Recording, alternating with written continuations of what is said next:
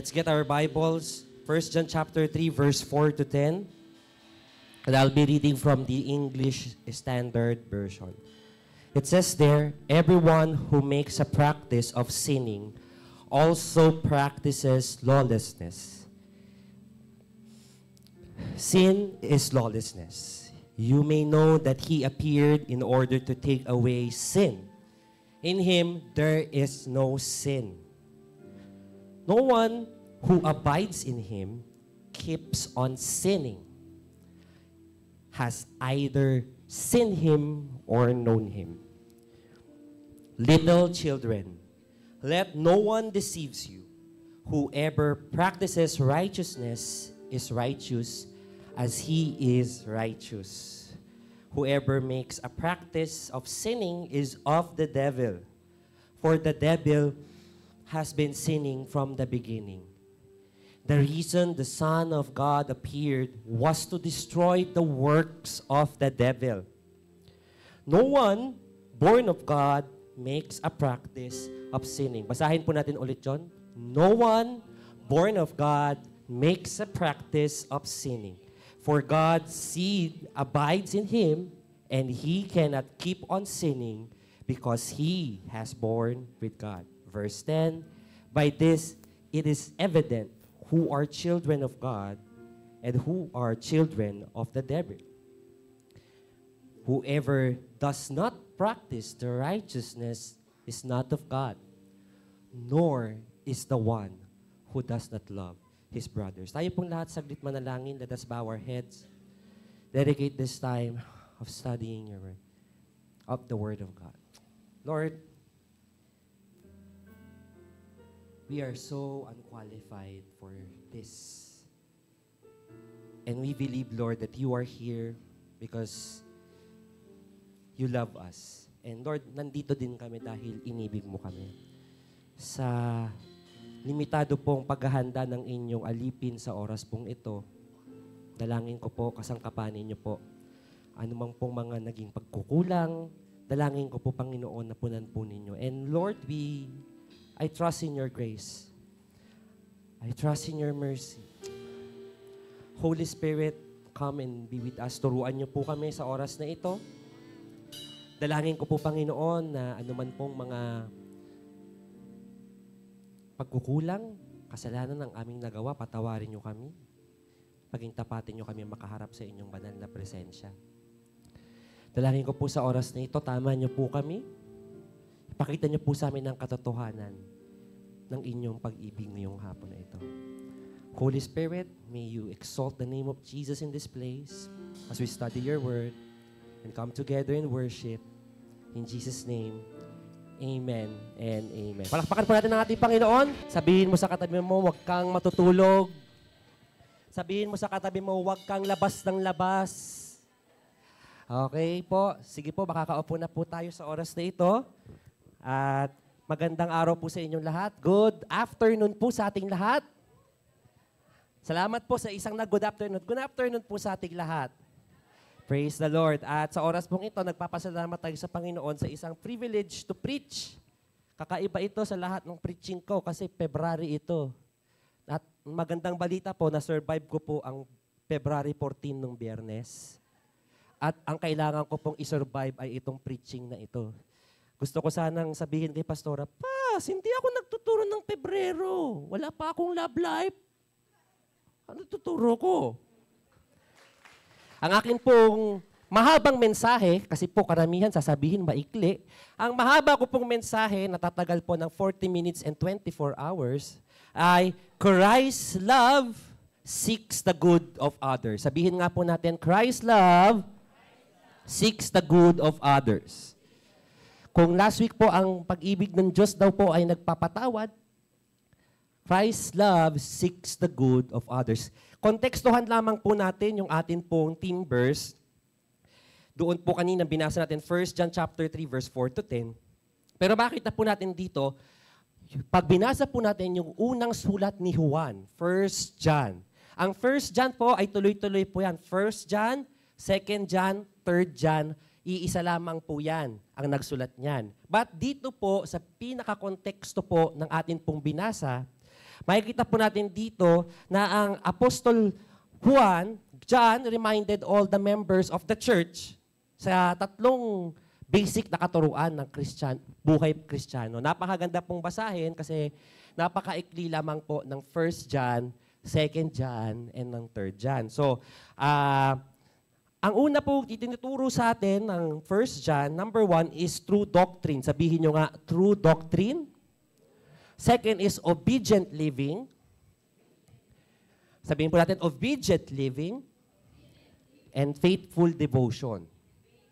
Bakit po? Pag binasa po natin ang 1 John chapter 1 verse 5, it says there, this is the message that we have heard from Him and proclaim to you that God is light. Sabihin nyo nga, God is light. And in Him there is no darkness at all. Kung babasahin po natin ang unang Juan, ang unang sulat ni Juan, babasahin po natin, makikita po natin doon na kanina binasa natin, sino mang namumuhay sa liwanag ay hindi na dapat namumuhay sa kadiliman, sa kasamaan. So, bilang mga taong umiibig sa Diyos, isa sa mga maaari tanda na tayo'y namumuhay sa liwanag ay namumuhay din tayo sa pag-ibig ng ating Panginoon. This indicates ng ating pong bilang mga tagasunod ng ating Panginoon, tayo pong lahat ay dapat lumalakad sa liwanag. Amen? At hindi na tayo dapat namumuhay sa kasalanan. Pansinin po ninyo, sino po dito ang naglakad na minsan sa dilim? Masaya ba kayo? Diba kumanta kayo ng alive, alive, alive forever? Kasi natatakot kayo, di ba? At ang pamumuhay sa kasalanan hindi lamang nagdadala ng kapighatian, kung hindi ng takot, kung hindi ng kahihiyan. That's why in 1 John chapter 3 verse 4 to 10, sinasabi po doon that if we are really walking in light, hindi po tayo patuloy na magkakasala. Bakit po? Sapagkat sa ating Panginoong Jesus, ang kasalanan, ang kadiliman, it does not exist. Amen? It does not exist. Basahin lamang po natin ang ilang mga talata. 1 John chapter 3 verse 6. It says there, no one who abides in Him keeps on sinning. Sino man daw ang kumikilig sa Kanya ay hindi na kailanman hindi na gumagawa ng pagkakasala. No one who keeps on sinning has either seen Him or known Him. Hindi dapat tayo mga Kristiyano pupunta lang dito ng Sunday, pagdating ng Monday to Friday, what will happen to Monday to Saturday, balik sa dating pamumuhay. Verse 8 to 9, basahin po natin. No one born of God makes a practice of sinning, for God's seeds abides in him. And he cannot keep on sinning because he has been born of God. Sabi po ng verse 9. Basahin po natin yung verse 8. Whoever makes a practice of sinning is of the devil. For the devil has been sinning from the beginning. The reason the Son of God appeared was to destroy the works of the devil. Sinasabi lamang po dito sa unang Juan, kabanatang 3, na kung tayo po ay mismong binago na born again na, we are not going to walk in sin anymore. Amen? Tingnan mo nga yung katabi mo kung namumuhay pa sa kasalanan niya. Tanungin mo siya, ano na ang matinding kasalanan na ginawa mo ngayon? Ako, ayaw sumagot. Okay. Hayaan nyo na lang po. Ginigising ko lang po kayo.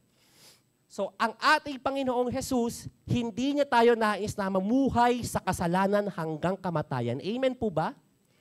Amen? At ang ating Diyos, nais niya ang lahat ng makakabuti para sa atin. Amen po ba? Sino po dito nagsasabi na ang Diyos gusto niya ang lahat ng ikakabuti para sa iyo? Amen? Kung may plano ang Diyos na mabuti sa iyo, may plano ding masama ang kaaway sa buhay mo. Nais ng Diyos na tayo pong lahat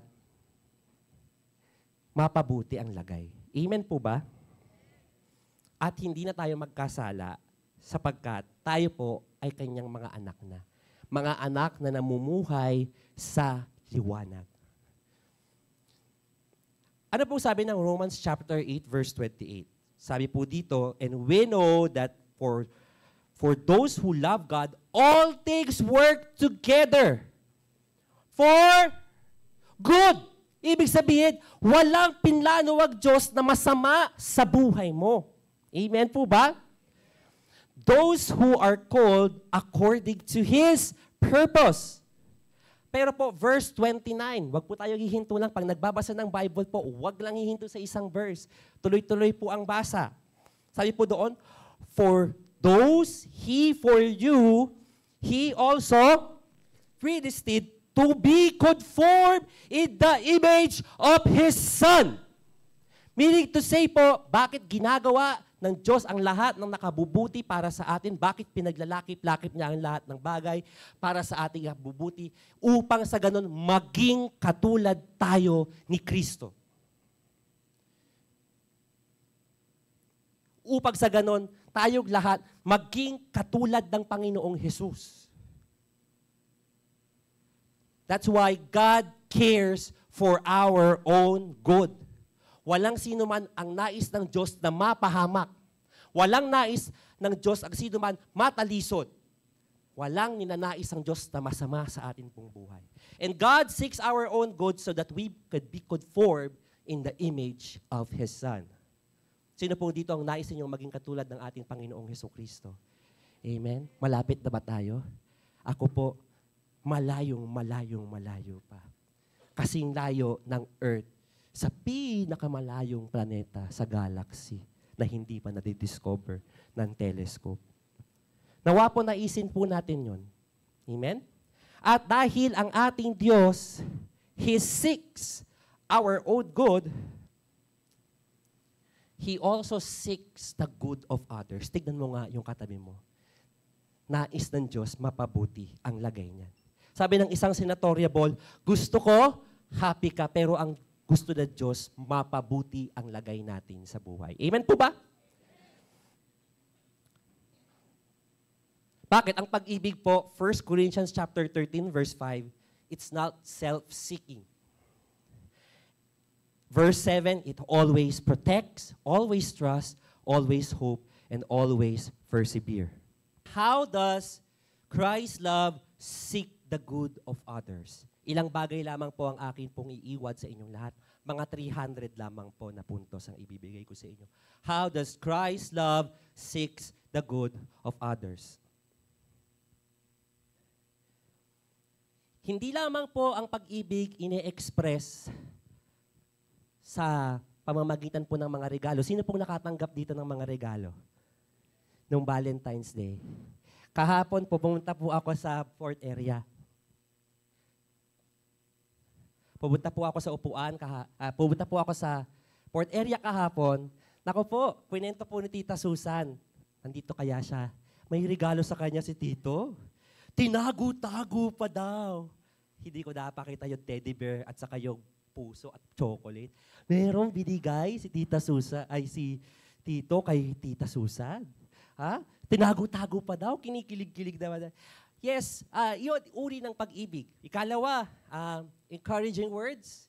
That could be a form of love that we could express our love for others.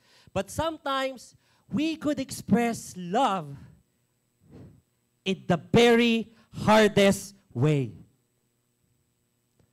Sa pinaka-minsan masakit na pagkakataon sa atin pong buhay. Akala natin ang love,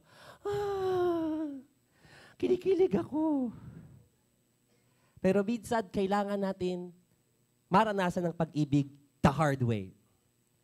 Why? Number one, because Christ loved disciplines.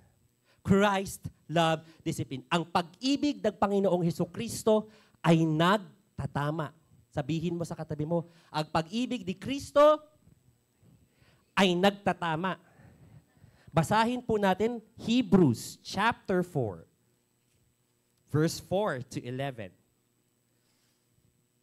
And it says there, for he has somewhere spoken on the seventh day this way. Hebrews chapter 12. Typo error po. Hebrews chapter 12, verse 4 to 11. And it says there, in your struggle against sin, you do not have yet resisted to the point of shedding your blood. And you have forgotten the exhortation that address you as sons. My son, do not regard lightly the discipline of the Lord. Take note. My son, do not regard lightly the discipline of the Lord, nor be weary when reproved by him. For the Lord disciplines the one he loves and chastises every son whom he receives. It is for discipline that you have to endure. God is treating you as sons. For what son is there whom the Father does not discipline? If you are left without discipline, in which you have participated, then you are illegitimate children and not heirs. Tingnan po natin, verse 5 and verse 6. Sabi po doon, the Lord disciplines whom He loves. Mahal po ba kayo ng Panginoon? Amen? Kaya lang minsan, may mga pagkakataon na tinatama po tayo ng ating Panginoon. Amen? Ang tanong po doon, do we resist the correction of the Lord or do we take it wholeheartedly? Amen? Minsan may mga taong ginagamit ang Diyos para itama tayo. Bakit? Para po sa ating ikabubuti. Minamasama po ba natin ng loob o tinatanggap po natin ng buong puso upang tayo ay maitama? Isa pong tanda ng pag-ibig ng Diyos kapag ka po tayo tinatama at dinidisiplina. Sometimes it's not, you did a good job.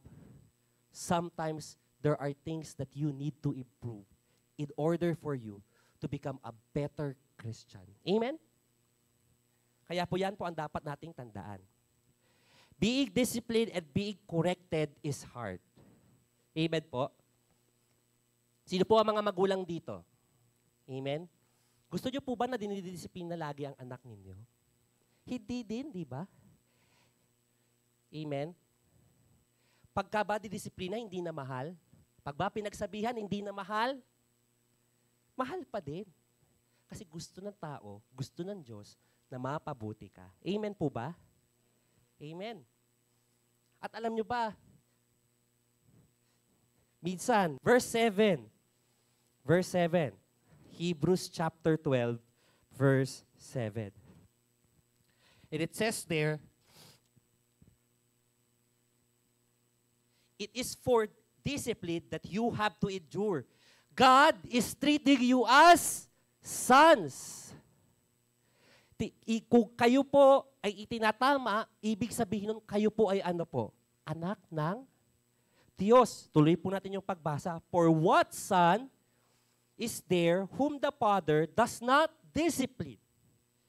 Verse 8, if you are left without discipline in which you have participated, then you are illegitimate children and not sons. Ibig sabihin dapat po, pinapatungkulan po dito ng author ng Hebrews, na tayo po itinatama dahil tayo po ay mga lehitimong anak ng Diyos. Tignan nyo nga po yung katabi ninyo kung lehitimo po yung anak ng Diyos. Amen? At kung hindi daw po tayo ididisiplina, illegitimate na po, hindi daw po tayo totoong anak ng Diyos. Amen? Sabi po kanina ni Pastor Joey, nanonood po ako, ang pinakakawawang tao ay yung taong walang nagtatama sa kanya. Kaya pasalamatan ninyo yung mga leaders natin na minsan tinatama tayo. At kung minsan naman leaders, konti-konti ano lang. Sabi kasi ng Bible, kung ang isang tao, ang magulang, papaluin ang anak niya ng tama lang, sabi ng Kawi-Kaot, siya ay hindi mapapahamak at pupunta sa kamatayan. Bagkus magiging matuwid. Kaya konting palo lang. Verse 9 and 10. Besides this, we have earthly fathers who have disciplined us, and we respected them. Mga bata ngayon, hindi na marunong mangupo at opo. Amen? Kaya tayo dapat nangungupo at opo. Ang JIL, pag nakikipag-usap, nangungupo at opo. Diyan kami pinagalitan ni Miss Karen, nung kami ay nagbe-besme. Marunong tayo dapat mangupo at opo. Amen po? Amen. O, tingnan nyo, nagpo ako. Patuloy tayo sa pagbabasa. Shall we not much more be subject to the Father of spirits and live, for they disciplined us for a short time. It seemed best to him, but he disciplines us for our good, that we may share in His holiness. Bakit daw tayo dinidisiplina ng Diyos? Bakit Diyos nagbibigay ng mga tao na magtatama sa atin? Upang sa ganon, tayo ay makonform sa imahe ng Panginoong Jesus. Upang sa ganon, tayo ay pabanalin ng Panginoong Jesus. Discipline puts us into the place of holiness. Amen? Kasi kung patuloy tayo magkakasala, hindi tayo nagiging banal. Anong sabi ng 1 John chapter 3? We still live into darkness, into unrighteousness, at hindi hahayaan ng Diyos na ang kanyang mga anak magpatuloy sa ganung pamumuhay. Kaya dapat idadaan minsan sa pagdidisiplina. Amen po? And what is the fruit of our discipline? Ano ang bunga ng atin pong pagdidisiplina ng Diyos sa atin, pagtatama ng Diyos sa atin? For the moment, all disciplines seems faithful. Masakit. Totoo po. Sino dito ang dinisiplina at hindi kayo nasaktan? Masakit sa una. Amen? Minsan daw lumalatay. But it yields the peaceful fruit of righteousness. Ibig sabihin doon, ginagawa tayong matuwid. Ginagawa tayong banal. Ang bunga noon ay pagiging matuwid. Itinutuwid tayo ng ating Panginoong Jesus the moment that He disciplined us doon sa mga bali-baliko na gawin natin.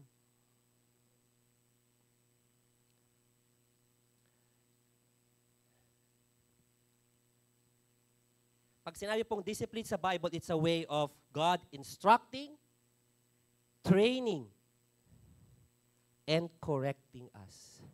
Ulitin ko po, ito po ay isang uri ng instruction, pagtuturo, pagsasanay, at pagtatama sa atin.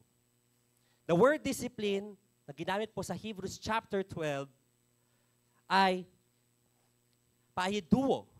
Pahiduo in Greek, meaning to say, it's molding the character of others by reproof and admonition. Sa Tagalog po, paghuhubog ng ugali at pagsasaway sa mga maling gawain. Essential po ang discipline. Sabihin nyo nga, discipline is essential.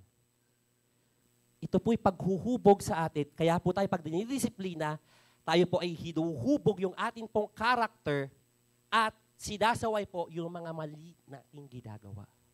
Kaya wag po kayong magagalit kapag ka po tayo kinall out. Sinaway. Bakit po? Ibig sabihin nun, hindi pa tayo perpekto. Amen? Sino na po dito ang perpekto? Pakitry po yung pader. Kung tatagos po kayo dyan. Hindi pa po tayo lahat perpekto. Wag po kayong ganyan makatingin sa akin. God disciplines us to refine our character. God corrects us so that we could become a better person. At ang bunga nun, character development. You become a better Christian. You become a better follower of the Lord Jesus Christ. Ang mga talata pong ito sa aklat ng Hebreo reminds us that discipline is essential para po tayo maging katulad ng ating Panginoong Hesukristo. Ang pagtatama, essential. para tayong lahat maging katulad ng ating Panginoong Jesucristo. Alam po ninyo, unfortunately, madaming mga calling ang hindi natupad. Maraming mga panawagan ang hindi nangyari dahil ang isang tao ay hindi nagpapatama. Maraming nalagay sa kapahamakan. Maraming nasira ang buhay. Kristiyano na. Bakit? Hindi marunong magpatama. Tanggap ng affirmation. Pero pag correction, ayaw na.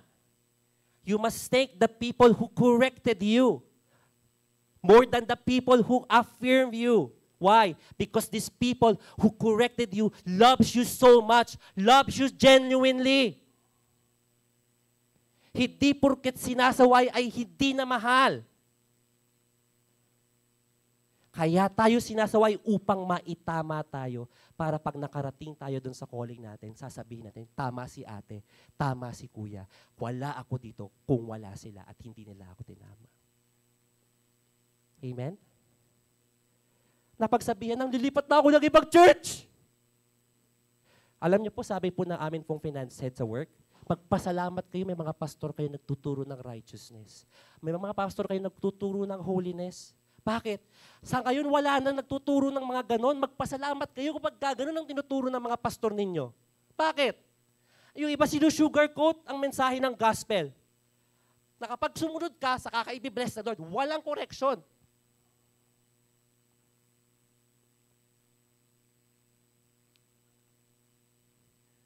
That is why sometimes we learn love the hard way. If we are being corrected, it is a reminder that we are not yet perfect. Sabihin mo sa katabi mo, hindi ka perfect. It reminds us that we must become more humble. Maging mababa ang loob. Porket may narating ka na, iba na ang ugali mo sa mga leaders mo?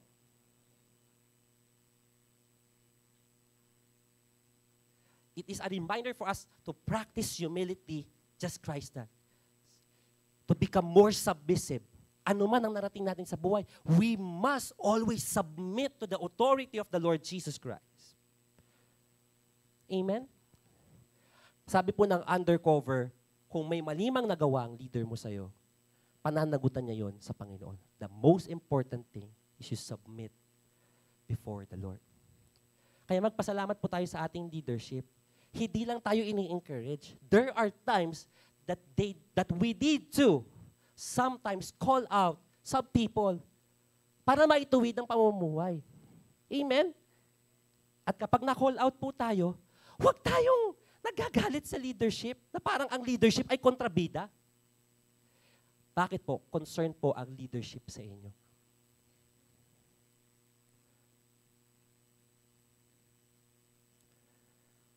Kasi po, kung hindi namin pakikialaman yung aspeto ng buhay ninyo, mapapahamak po kayo. Everything can be permissible, but not everything is beneficial. We don't want you to suffer the wrong consequences of the wrong things that you are doing. Kaya po ang shepherd, pagbalansin niyo po yung kanyang rod, yung staff niya, meron sa dulong, parang hook. Ang gagawin niya doon, hihilahin niya yung tupa doon pag napapahamak na at dadalhin niya sa kanya. That is what we are doing. God does not want us to experience bad things. Why? Because He cares for us. That's why He disciplines us for our protection. Pinoproteksyonan tayo ng Panginoon. Magpasalamat tayo sa mga taong nagtama sa atin. Bakit? Pinoproteksyonan tayo ng Panginoon sa mga hindi magagandang pwedeng mangyari sa buhay natin. We must not despise discipline dahil po ito po ay para sa ating kabubuti. Kaya po sa mga magulang, huwag po ninyong katakutan na itama po ang inyong anak sa tamang pamamaraan. Amen. Meron po akong isang boss dati. Bumili siya sa PCBS to nung pamalo. Sabi niya, lahat ng parte ng bahay mayroong pamalo. Yung grada, medyo manipis lang. Tapos pati sa sasakyan meron din. Bakit? Gusto niyang maitama yung kanyang anak. Bakit po? Para sa ganun, pag lumaki yung mga anak po ninyo, disiplinado. Amen. Huwag po nating ikasama ng loob ulit kung tayo po ay tinatama. Hindi po lahat ng pagmamahal, encouragement, words of affirmation, gifts, sometimes it's correction. Sometimes the genuine form of love could be correction. Number 2, napakatahimik ninyo. Seryoso usapan. Kala ko pag-ibig. Kikiligid sada ako. Bakit ganyan? Sasaktan na ako. Sobra-sobra na. Wag po kayo mag-alala. May 23 hours na lamang po tayo bago po ako matapos. Number 2, Christ's love does not compromise. Sabihin nyo nga, Christ's love does not compromise. Ang pag-ibig ng Diyos hindi nangungonsinti. Sabihin mo sa katabi mo, lalo na sa asawa mo, huwag mo kong konsintihin. Ang problema daw nila, wala akong asawa. Ayun. Sa mga magkakaibigan, kung mahal na mahal ninyo ang bawat isa, pag sinabing ng kaibigan mo, i-book ko na ba to? Anong sagot? Yes or no? Yes kung may pera. No kung wala ang pambayad at sasabihin ninyo, God will provide. Huwag niyong gamitin ng Panginoong Diyos para ikonsinti ang mga kaibigan ninyo, ha? Ito po ang sasabihin ko sa inyo. Kung ang pulis pwede nang lagay, sa Diyos hindi pwede ang lagay. No offense po. Lord, babaguhin ko naman siya. Ano ka, Holy Spirit?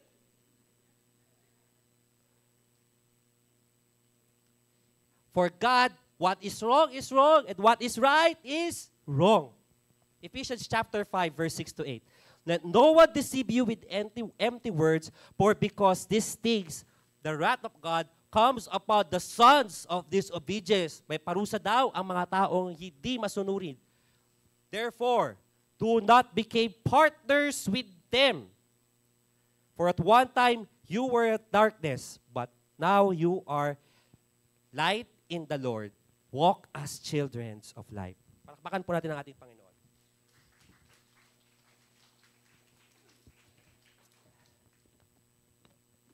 As children of light, hindi pwedeng namumuhay tayo sa liwanag at pupunta tayo doon sa aandap-andap at kumikislap-kislap. Praise the Lord!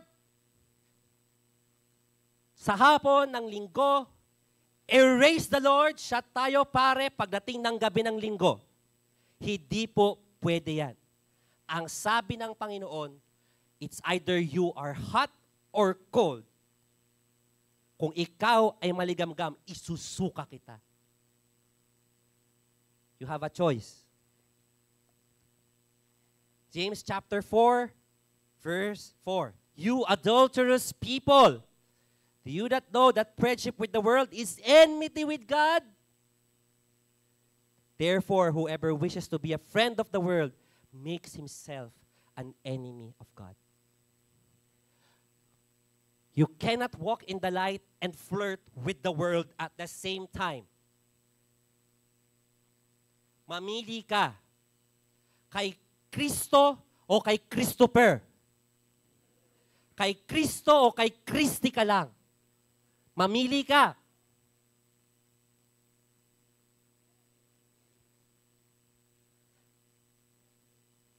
You have a choice. Love God or love this world.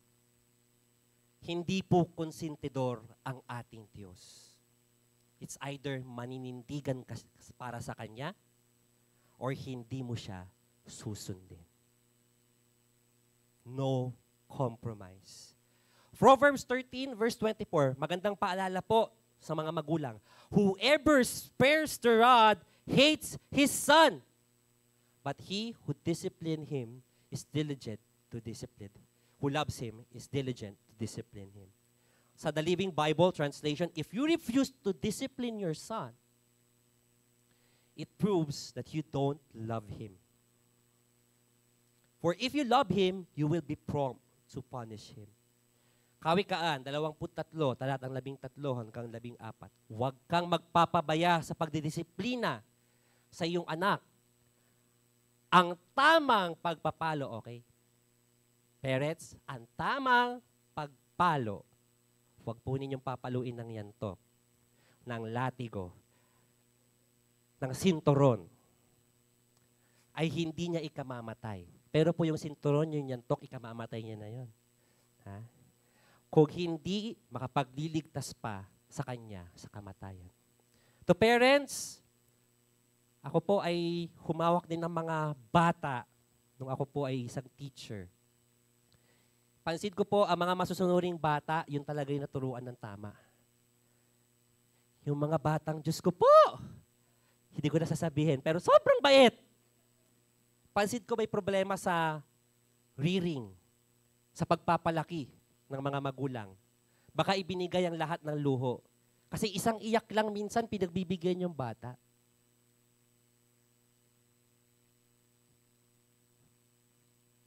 Sabi di ba, spare the rod, spoil the child. Huwag po natin konsintihin ang ating mga anak dahil ayaw natin silang masaktan. Sometimes, they need to be grounded. They need to be disciplined in order to learn good morals and to stand alone. Ako na po nagpapasalamat sa mga magulang ko kahit hindi pa po sila Kristiyano. Dinisiplina po nila kami magkakapatid. Tandang-tanda ko pa bago ako mag-college. Subukan mong hindi mag-ayos ng pag-aaral mo. At subukan mong humanap ng girlfriend, lalo na ng boyfriend. Lagot ka sa amin ng tatay mo, hindi ka na namin pag-aaralin. Hanggang ngayon, wala pa akong girlfriend. Nag-aaral pa din ako. Pero ano pong nangyari doon? May kapatid akong engineer, may kapatid akong accountant, may kapatid akong honor student sa senior high school. Ganon po kami pinalaki ng aming mga magulang. Even though they are not yet grounded with the Word of God, they know how to scold us sometimes if they need to. And they know how to love us. Kaya pong mga magulang, wag po natin ikatakot na nasasaktan yung anak natin dahil napaparusahan natin sila. Hindi po yun. Sometimes kailangan nilang matutong madisiplina upang sa ganon, balang araw, matutong silang tumayo sa mga sarili nilang mga paa. Kawikaan, 29, talatang 15. Ang pagpalo sa bata upang siya ay ituwid ay makapagtuturo sa kanya ng karunungan. Ngunit, kung pababayaan lang siya, makapagbibigay siya ng kahihiyan sa kanyang mga magulang. You know what? When we are growing old, lagi kami nasa bahay magkakapatid. At minsan, may negosyo kami, kailangan namin humarap sa mga tao. Sasabihin ng magulang namin, harapin mo yan. Tao ka rin naman. Parehas lang kayo, kumakain din yan. Kausapin mo yan. Kaya kami, natuto kaming makipag-usap sa mga tao because of our parents. They push us. At yun ang naging kagandahan na may pagtuturo, may pagtatama sa aming mga magulang. Same to us as leaders, we must not compromise with the people God entrusted to us. Sometimes, hindi dapat natin kinukonsinti ang ating mga members. Sometimes, dapat may pagtatama din. No compromises. Ang mali ay mali at ang tama ay tama. Huwag baluktutin na ang mali ay tama at ang tama ay mali. May na-research po ako, ano daw po yung long-term effects kapag ini-spoil natin ng isang bata. What are the long-term effects of spoiling your children? Galing po ito ng medicinenet.com. Spoiling your child may have long-term and harmful effects. Parents. Since spoiled children may fail to learn to solve their problems. Ano po yung mga maaaring kahantungan or maging effects ng isang spoiled na bata. Number 1, increased dependency. Spoiled children may become excessively needy, and this dependency may present differently in adulthood. Laging dependent. Dapat laging may kasama. Matanda na, hindi pa marunong mag-CR mag-isa. Adult, or hindi nila kayang gumawa ng isang task na wala silang kasama. Sometimes ganoon po. Adults spoiled as children may find they are unhappy and alone and derive their happiness from others instead of themselves. Hindi marunong matuwa sa kung ano ang meron ang kanyang sarili. And this can make it difficult for them to build healthy relationships. Another would be increased irresponsibility. They fail to learn responsible behavior.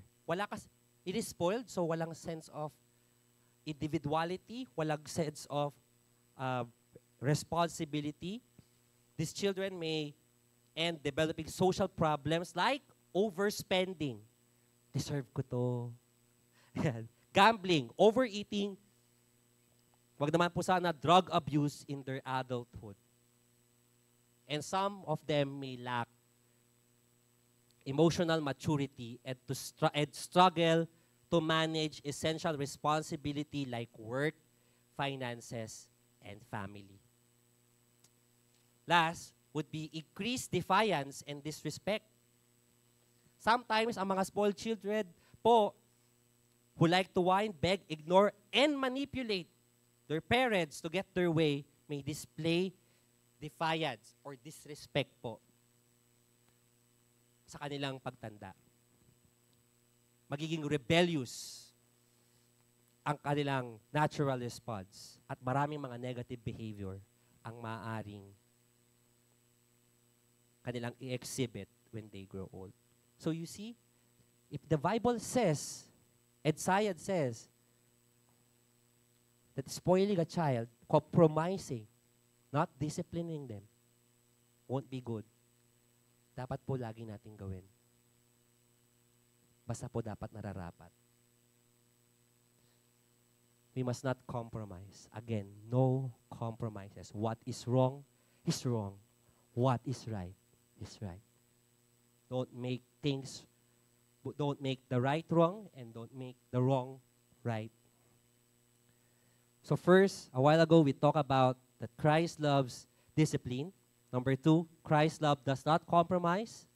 Ang pag-ibig ng Diyos ay nagtatama, hindi nangungunsinti. Number 3, Christ's love clings to what is true.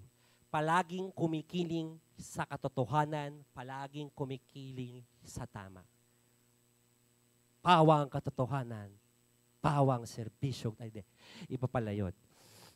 The very reason why we seek the good of others is because Christ loves them. Amen po ba? Mahal niyo po yung tao, kaya po ninyo tinama, di ba? That's why, tignan po natin yung susunod na slide. Christ's love, next slide, yung illustration. Christ's love does discipline. Christ's love disciplines. Christ's love does not compromise. Why? Because the very foundation of Christ's love, that's why it disciplines and does not compromise, is the truth. Kaya tayo dinidisiplina, kaya tayo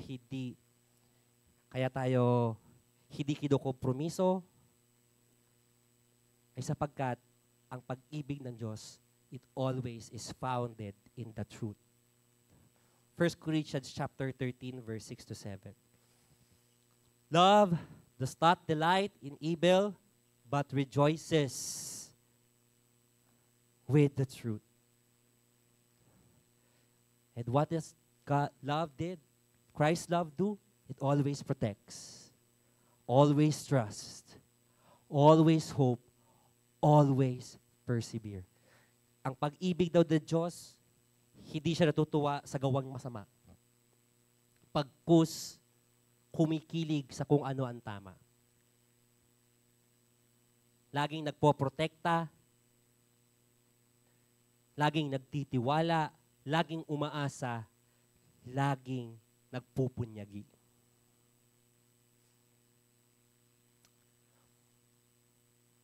Kaya minsan, may mga taong tinatawag daw sa church na EGR. Ano yung EGR? Extra Grace Required.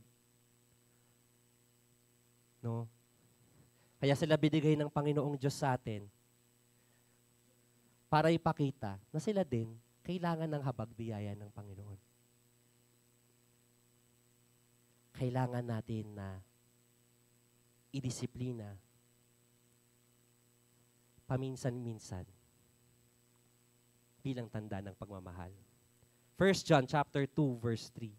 By this we know that we love the children of God when we love God and obey His commandments. Why? For this is the love of God, that if we keep His commandments, and His commandments are not burdensome. Ang pagtatama po ay hindi po madali, pero inuutos ng Panginoon. Bakit? Tanda ng ating pagmamahal doon sa taong ating itinatama. As children of light, let us allow God to correct us.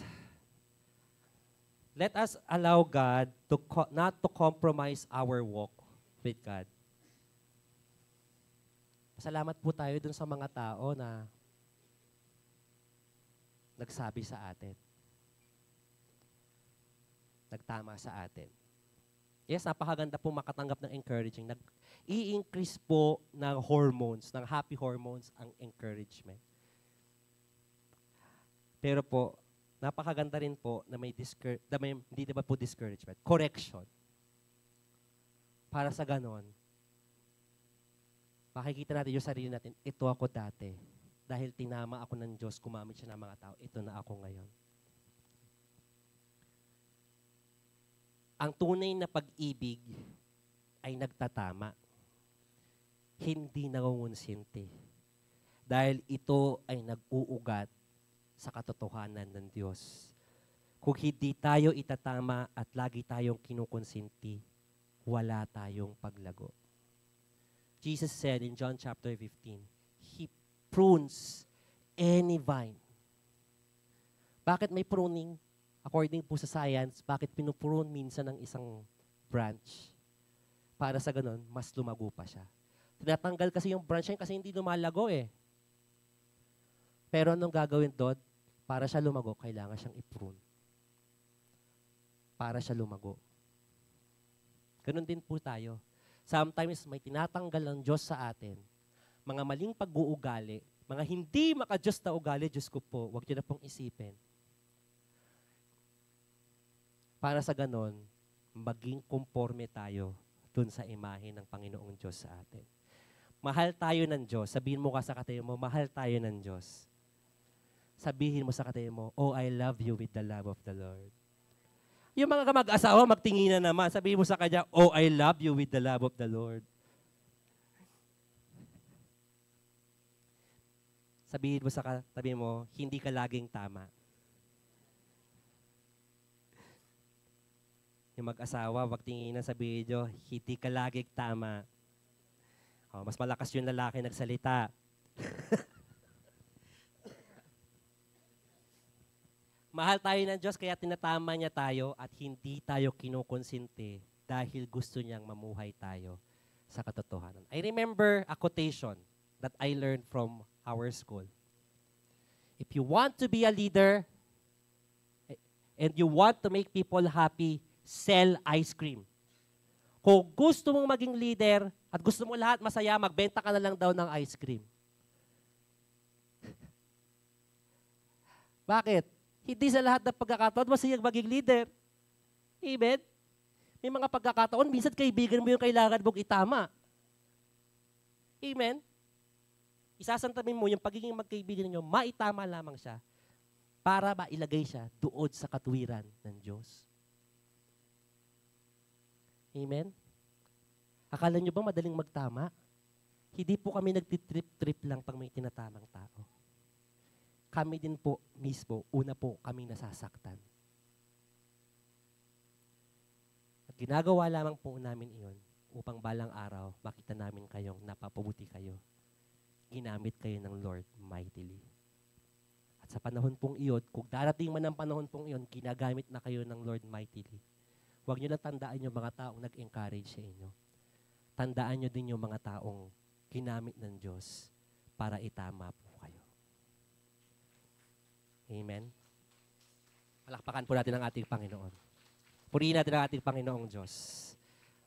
Amen? Ano sabi ng isang kanta na meron yung musikata? Sa pagtuturo at pagtutuwid mo sa akin. Ano daw? Salamat. Hindi nagpasalamat yung author dahil doon sa mga gandang bagay lang. Minsan po, ang pangit po minsan ng pagdidisiplina. Para siyang ampalayang kinain mo. Masarap po ba ang ampalaya sa una, di ba? Ngasib ka.